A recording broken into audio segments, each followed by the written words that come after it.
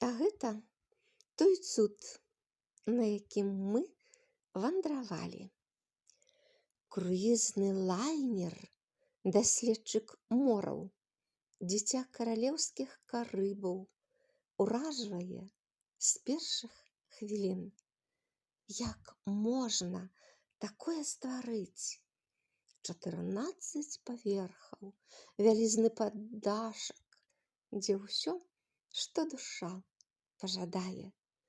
Басейны, лядовы каток, вялізныя залы і шмат што праз меру, на маю беларускую мерку.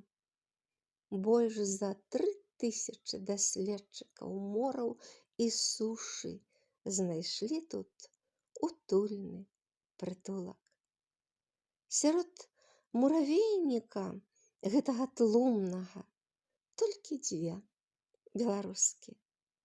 Шчаслівыя, мо як ніхто ніколі на гэтым круізным лайнеры даследчык мораў.